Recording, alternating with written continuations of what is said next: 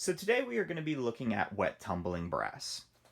We are going to look at some of the pros and cons that we have from a wet tumbler as opposed to a dry tumbler. We are going to go over some tips and tricks that you can use with your wet tumbler.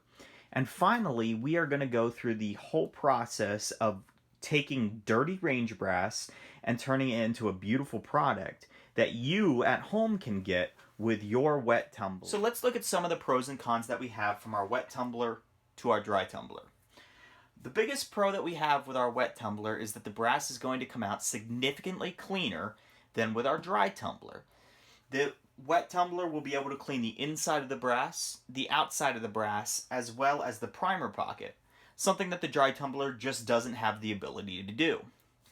Another major pro that we have with our wet tumbler is that the media we use is good forever. You never need to change it. You only need to clean it occasionally. Whereas with our dry tumbler, you need to change out the media much more frequently if you want to keep the brass cleaner in a shorter amount of time. Another pro that we have, all of the items that we use in our wet tumbler is stuff that we can easily find at our local grocery stores. You can find Dawn anywhere. You can find Lemishine at Walmart, and depending on your grocery store, you can find it there as well. So some of the cons that we have with our wet tumbler. Number one, our wet tumbler will take longer to clean. Unfortunately, if you want really clean brass, this is going to take anywhere from 4 to 8 hours per batch. Whereas if you just want brass that's good enough to load, this can be done in an hour to 2 hours. Another con that we have with the wet tumbler, because of the fact that we're using water, you have to dry the brass. So not only does it take a little bit longer to tumble, but you also have to take into account that the brass needs to be completely dry before you load it. One of the cons that we also have with the dry tumbler, you get a lot of dust, and you also have the media, which has a tendency to want to get all over the floor and just all over your bench and everywhere. So another con that we have, our wet tumbler is going to be a little bit more expensive to set up than our dry tumbler. With our wet tumbler, a Tumbler's tumbler is going to cost anywhere from $100 to $200. Then you need to buy your stainless steel media. From what I've found, it's anywhere from $35 to $50. Whereas with this dry tumbler, I was able to pick it up for $50, and then the tumbling media was another $15. So over a lifetime, with me having to replace all the media and everything, it will pay off to have the wet tumbler, but if you're just looking for a cheap upfront cost, the dry tumbler will be a little bit cheaper for you. So both of the tumblers that we have here have their pros and cons. It's going to come down to you and what you decide. Do you want brass that's just clean enough to load? Or do you want brass that is literally factory new that looks absolutely gorgeous? It's going to come down to personal preference. So let's get into some tips and tricks that we have with the Tumbler's Tumbler Model B. Now when you initially buy it, you will be supplied with a washer and a wing nut. Not only are they small, but they have a tendency to get lost all the time. So the first thing that I do is chuck these, and I like to buy these nice molded plastic nuts. This makes it easier to put the lid on and take it off.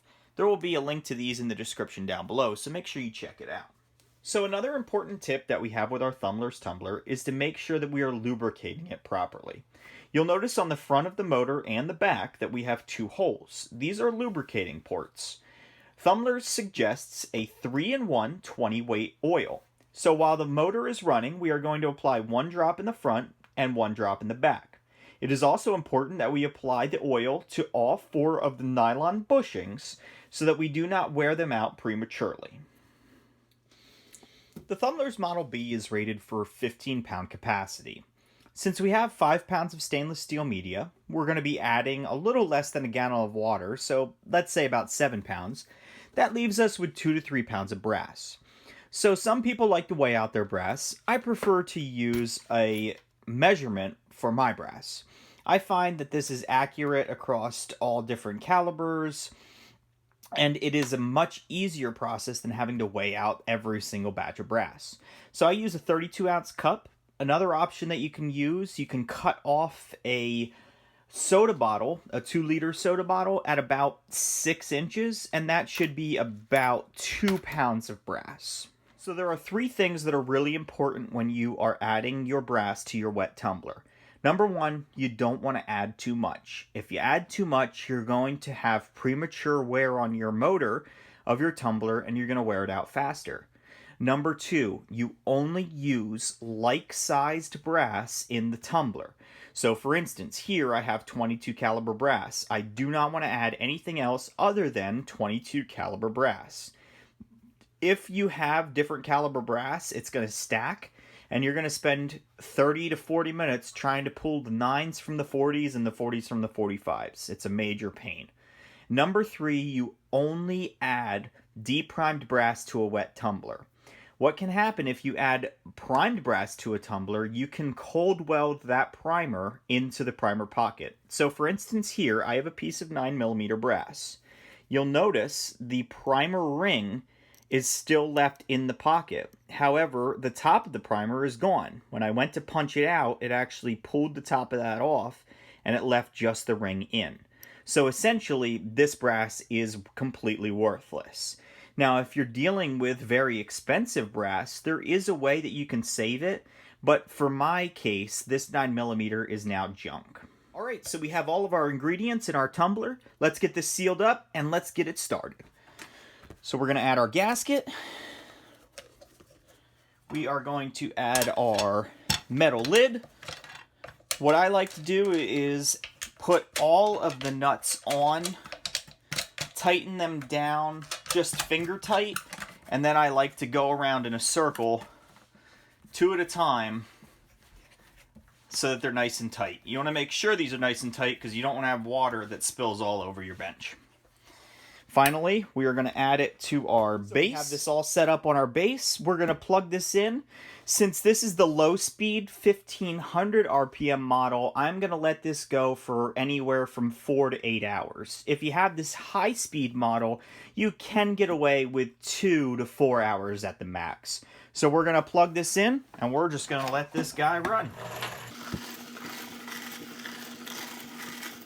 Now that we are finished tumbling the brass for our allotted time, we are going to clean it and sort out all the stainless steel pins. I do this in the sink. Sometimes I can go outside as long as I have my media tumbler. With the weather as it is now, I prefer the sink. So what I like to do is clean off the top, put that aside, and then I like to go around and make sure that there's no pins, because if you have pins up top here, when you go to pour out this water, you're going to end up losing your pins. So now we're going to pour the water out, and you'll notice sometimes the water will be black, sometimes it'll be green, sometimes it'll be blue. That doesn't really matter so much. We're going to try and pour it out right until we see the brass coming to the edge there. Now I like to turn my water on and use a sprayer and go all the way around. And then we're going to do this for a good 30 to 60 seconds until most of the suds are going away. So you'll see here, it'll suds up. When you do this, you also want to make sure that you are using cold water. You do not want to use warm water. Using warm water is going to leave more water spots on the brass. So if you use cold water, there's a better chance that you will not have water spots on the brass. So I typically like to go until most of the suds are gone. So you'll see here, most of the suds are gone. I like to pour it out as much as possible. Turn off our water. And there we have our nice clean brass in our tumbler. So now we're going to get to sifting out all of that stainless steel media. Now that we have finished our rinsing stage, we are going to be switching over to the sifting stage, and that is to remove the stainless steel media from the brass. So there are a lot of options available. I have seen enclosed ones where you dump everything in.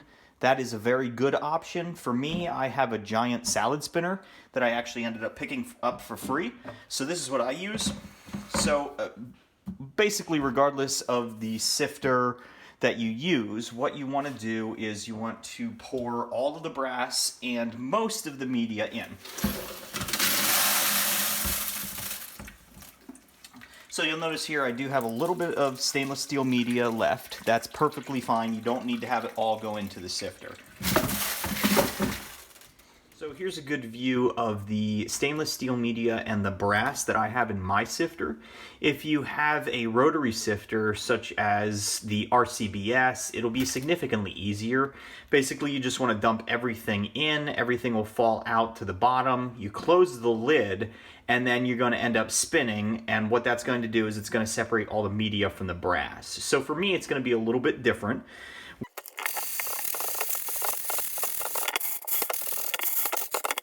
So regardless of the type of sifter that you have, after you have all of the stainless steel media separated from the brass, you need to give the brass another cold rinse. So that's the next thing that we are going to do. We have finished separating the stainless steel media from the brass, and then we are going to be doing our cold rinse. Now it's very important that we do this with cold water or lukewarm water. We do not want to do it with hot water. Using hot water will end up leaving water spots when the brass dries. So I like to use either a garden hose if I'm outside or a sink sprayer so that we get a good clean rinse on all this brass. As you're going about this, you want to try and move your brass so that everything is getting a nice clean rinse.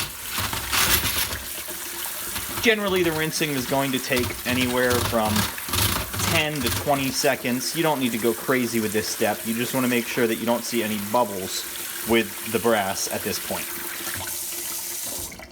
So one important thing to note when you are sifting out stainless steel media from brass, when you have a bottlenecked small caliber cartridge such as the 223 Remington, you need to be rather aggressive when you are tumbling, or you need to add water, which helps lubricate the stainless steel media to exit the brass. It is very common to have stainless steel media remain in the brass even after tumbling, so you need to be very vigorous about that. One of the good things when you're drying off the brass, when you do the bowling ball method, which will be shown later, it actually helps get any extra media that might be left in the brass out. So we will review that later. So now that the brass is out on the towel, I like to pat everything dry to get as much of the water on the outside of the brass off as possible. After everything has been patted fairly dry, what I like to do is fold the towel in thirds. And essentially we're going to do what they do with bowling balls when they polish them. I like to grab each side of the towel, and then we're just going to go back and forth with the brass. I like to do this for a solid 30 to 60 seconds. What this does is it actually removes the water from inside the brass, and it helps the brass dry much more quickly. This is significantly important with 223 brass if you don't want to end up waiting forever for the brass to actually dry. So here we have our finished product from our wet tumbler. You'll notice inside and outside, everything looks brand new, including that primer pocket. Over here we have some of that same brass from the batch. You'll notice that there is quite a difference. So this is something that you at home can do. Take this dirty brass and make it brand new. If you like this video, please hit the like and the subscribe button, and there's going to be even more for you to watch and learn in the coming weeks. Thanks, and have a great day.